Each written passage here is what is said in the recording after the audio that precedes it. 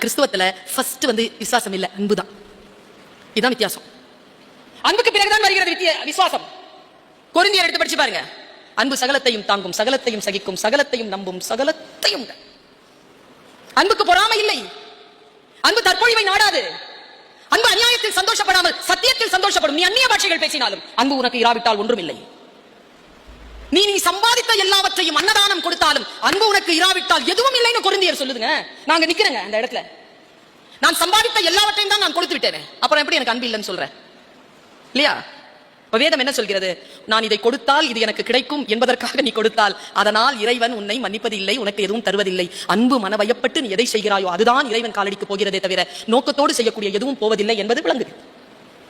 அன்பினால் உன்னை செலுத்திக் கொள்ள வேண்டும் என்று சொல்லுகிறது.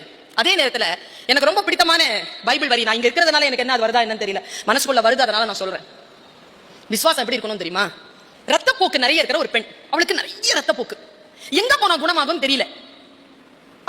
அவளுக்கு சொல்லப்படுது, நமக்கு மசிஹா மேசையான்னு சொல்றாங்கல்ல, மசிஹானா என்ன அர்த்தம்னா மரணத்திற்கான மருத்துவர்னு அர்த்தம். நபிகள் வரிசையில் உயிர் தரக்கூடிய ஒரு ஆற்றல் நபிமார்களிடத்திலேயே இயேசு கிறிஸ்துக்கு தான் வழங்கப்பட்டது. ரூ கொடுக்கப்பட்டது. அவர்கிட்ட போனா குணமாயிரும் சொல்றாங்க. இந்த அம்மா நம்பிடுச்சிங்க. நம்பி என்ன பண்றா அந்த பொண்ணு?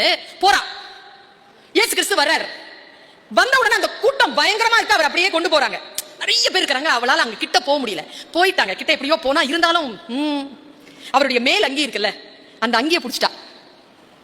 அது அப்படியே கொண்டு போயிட்டாங்க. அவ்வளவுதான், விட்டுருச்சு, கையில இருந்து விட்டுட்டா. போனா கிட்ட போனா பிடிச்சிடலான்னு போனா ரஷ், போயிட்டா. எல்லாரும் போயிட்டாங்க. அவ சோகமா உட்காந்துட்டா. கொஞ்சம் தூரம் போன அப்புறமா தலைவர் கேட்கிறார், இயேசு கிறிஸ்து, இந்த கூட்டத்தில் யார் என்னை தொட்டது?